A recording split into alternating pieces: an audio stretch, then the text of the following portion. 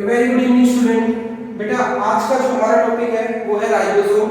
और राइबोसोम एक काफी इंपॉर्टेंट टॉपिक माना जाता है क्योंकि बेटा राइबोसोम ऐसे ऑर्गेनल्स हैं जो कि प्रोटीन सिंथेसिस में काफी हेल्प करेंगे।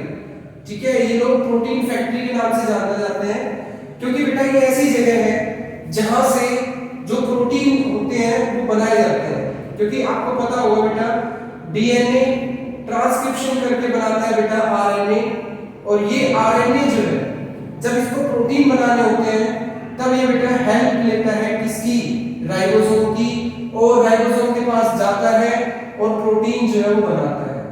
ठीक है, तो राइबोसोम एक ऐसा प्लेस है जहां पे आरएनए आराम से बैठ के राइबोसोम बनाता है। ये ऐसी जगह है, तो इसलिए बेटा मैं इसको बोलता हूं प्रोटीन फैक्ट्री। दूसरी इंपॉर्टेंट बात ये है बेटा ये स्मॉलेस्ट ऑर्गेनल है। ठीक है, ये कैसा ऑर्गेनल है बेटा, स्मॉलेस्ट ऑर्गेनल है। तीसरी बात बेटा ये ऑर्गेनल विद इन ऑर्गेनल के नाम से माना जाता है।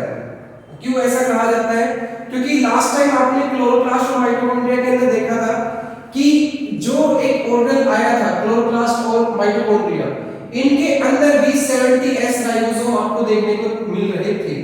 ठीक है, तो ऑर्गेनल के अंदर दूसरा ऑर्गेनल प्रेजेंट है, इसलिए बेटा मैं इसको बोलता हूं organelle with in organelle. Okay, second thing universal organelle है। यूनिवर्सल ऑर्गेनल क्यों बोला बेटा, क्योंकि ये प्रोकैरियोट और यूकैरियोट चाहे कोई भी सेल हो सबके अंदर प्रेजेंट होगा। ठीक है, तीसरी बात बेटा एक बात और कि ये जो है बेटा मेम्ब्रेन बाउंड नहीं होता, इसके ऊपर कोई मेम्ब्रेन जो है वो नहीं होती। ठीक है, नॉन मेम्ब्रेनस है। ठीक है, नॉन मेम्ब्रेनस है। ओके, नेक्स्ट थिंग कि ये बना हुआ होता है राइबोन्यूक्लियोप्रोटीन। इसका मतलब क्या होता है, इसका मतलब यह है कि इसके अंदर आरएनए और प्रोटीन दोनों चीजें जो है वो होती है। आप जब इसकी प्रोटीन सिंथेसिस देखोगे तो इसमें ये रोल प्ले करता है प्रोटीन की जो अमीनो एसिड की जो चेन होती है, क्योंकि प्रोटीन किससे बनते हैं, अमीनो एसिड से बनते हैं। अमीनो एसिड को लिंक करने का काम भी कौन करता है, राइबो न्यूक्लियोप्रोटीन, या मैं बोल सकता हूं राइबोसोम जो है वो करते हैं। ठीक है, तो इसलिए ये एक अच्छा एंजाइम का भी जो है वो काम करता है। इसलिए यहां पे मुझे चाहिए होता है बेटा आरएनए प्लस प्रोटीन। ठीक है, अब बात आती है कि सर ये प्रोटीन इतने इंपॉर्टेंट क्यों है। बेटा हम लोग एक जनरल एग्जांपल ले लेते हैं, आप जो भी खाना खाते हो उसको डाइजेस्ट करने के लिए क्या चीज चाहिए होती है बेटा, एंजाइम चाहिए होते हैं। और एंजाइम किसके बनते हैं बेटा, एंजाइम प्रोटीन के बनते हैं। सो ये एक छोटा सा एग्जांपल था कि प्रोटीन इतने इंपॉर्टेंट क्यों है, और उनको बनाने वाला ऑर्गेनल जो है वो राइबोसोम है, तो वो इतना इंपॉर्टेंट क्यों है, उसकी छोटी-छोटी बातें इंपॉर्टेंट है। सबसे स्मॉलेस्ट ऑर्गेनल है, ऑर्गेनल विद इन ऑर्गेनल है, और उसके ऊपर कोई मेम्ब्रेन नहीं होती।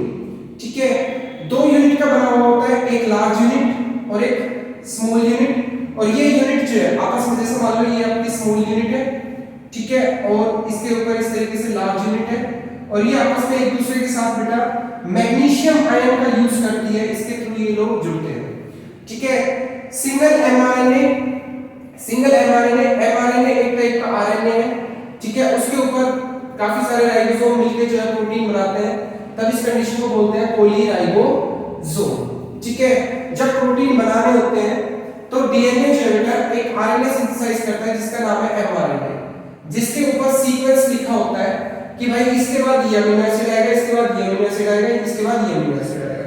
तो इसलिए एमआरएनए के ऊपर पहले प्रोटीन की फैक्ट्री, प्रोटीन बनाने वाली फैक्ट्री मतलब राइबोसोम जो है वो लगाए जाते हैं। ठीक है, उसके बाद जो इसके ऊपर प्रोटीन बनने स्टार्ट होते हैं। ठीक है, इसको डिस्कवर किया था बेटा पैलेट ने।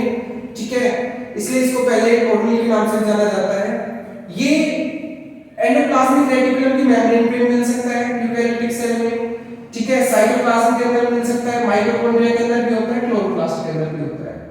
लेकिन प्रोकैरियोट्स में ये जो है बेटा जो प्लाज्मा मेम्ब्रेन होती है, जैसे मान लो ये सेल है प्रोकैरियोटिक सेल, प्लाज्मा मेम्ब्रेन के अटैच मिलेगा नीचे की तरफ। ठीक है, प्लाज्मा मेम्ब्रेन से अटैच मिलेगा। ठीक है, उसके बाद इसके टू टाइप होते हैं, एक तो हमें दो टाइप का जो है वो देखने को मिलता है नेचर के अंदर। एक देखने को मिलता है बेटा 70s और एक देखने को मिलता है 80s। ठीक है, एस जो है, एस का मतलब होता है बेटा सेडबर्ग यूनिट, जो कि एक तरीके से क्या दिखाता है, डेंसिटी दिखाता है कि इसकी डेंसिटी कितनी है, इसकी डेंसिटी कितनी है। ठीक है, ये हैवी है। ठीक है, 80s जो है वो हैवी है, 70s जो है वो आपका थोड़ा लाइट वेट का है। ठीक है, तो एक तरीके से ये मुझे सेडिमेंटेशन रेट या मैं बोल सकता हूँ डेंसिटी जो है वो दिखाता है कि कौन कितना ज्यादा डेंसिटी में है। अगर मैं एक सेल को ब्रेक डाउन करता हूँ तो प्रोकैरियोटिक सेल और यूकैरियोटिक सेल में ये डिफरेंस होता है कि प्रोकैरियोटिक सेल का जो राइबोसोम है, ठीक है, वो डेंसिटी रखता है बेटा कितनी, 70s का। सेंट्रीफ्यूगेशन का मतलब होता है काफी हाई स्पीड पे उसको रोटेट करके ब्रेक डाउन करना। जब ब्रेक डाउन होने के बाद वो ऐसे नीचे सेटल डाउन होते हैं तो बेटा ये 70s पे भी लाइट है। ठीक है, तो इसलिए थोड़ा सा ऊपर रहता है और ये हैवी है इसलिए थोड़ा सा नीचे की तरफ जाता है। अब 70s में दो यूनिट होती है बेटा, एक स्मॉलर यूनिट और एक लार्जर यूनिट। स्मॉलर यूनिट जो है बेटा वो 30s की और लार्जर यूनिट जो है वो 50s की बनी हुई होती है। 50s बोलता हूं। ठीक है, 80s को बेटा 40s और 60s बोलता हूं। अब यहाँ पे ये बात आती है कि सर ये ऐड जैसे मान लो 50 + 30 दोनों मिला के 70 भी तो बोल सकता हूं, फिर इसको 70 क्यों नहीं बोलते बेटा? ये जो है आपकी सम अप यूनिट नहीं है, ये लोग जो है डेंसिटी के हिसाब से अरेंज किए गए हैं कि भाई डेंसिटी कितनी है। ठीक है, कभी भी इस तरीके से मत करना कि 50 + 30 80 आ जाएगा, नहीं, ये डेंसिटी के है कि भाई स्मॉलर यूनिट की डेंसिटी इतनी है, लार्जर यूनिट की डेंसिटी इतनी है। ठीक है, ये सम करके नहीं करना है। ठीक है, इसी तरीके से यूकैरियोट के अंदर 80s पाया जाता है। ठीक है, और उसमें दो यूनिट होती है, 40 स्मॉलर और 60 लार्जर। इनके अंदर राइबोसोमल आरएनए प्रेजेंट होता है। राइबोसोमल आरएनए प्रेजेंट होता है क्योंकि मैंने यहां पे बताया था कि ये बना हुआ होता है राइबोन्यूक्लियोप्रोटीन से, तो इनके अंदर आरएनए प्रेजेंट होता है। कौन सा RNA? RRNA stand for ribosomal RNA. इसका मतलब क्या है राइबोसोमल आरएनए? वो आरएनए जो कि राइबोसोम के अंदर पाया जाता है, दैट इज आरआरएनए। ठीक है, स्मॉलर यूनिट 60s की बनती है, लार्जर यूनिट 23 और 5s की बनती है। उसी तरीके से यूकैरियोट के अंदर 40 वाली जो है वो 80s की बनती है और 60 जो है 28, 5.8 और 5s। ठीक है, अब यहां से क्वेश्चन ये बनता है कि कौन सी कॉमन है। देखो बेटा, एक तो 5 जो है वो कॉमन है आपकी। ठीक है, 5s जो है वो आपकी कॉमन है। राइबोसोम के ऊपर दो तरीके के प्रोटीन बनाए जाते हैं, एक सिक्रीटरी प्रोटीन जो कि बाहर की तरफ रिलीज करने होते हैं। जैसे मान लो ये हमारे पास एक सेल है, सेल में यहाँ पे राइबोसोम है। अगर राइबोसोम को प्रोटीन जो है सेल से बाहर भेजने, जैसे एंजाइम के रूप में बाहर भेजने सेल से, सो ये माने जाते हैं सिक्रीटरी प्रोटीन।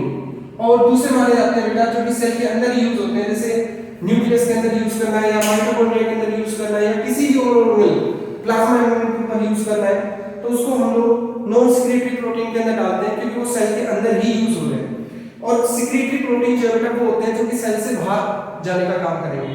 और सिक्रीटरी प्रोटीन मोस्टली आपके एंडोप्लाज्मिक रेटिकुलम पे बनाए जाते हैं। Okay, this is all about ribosome.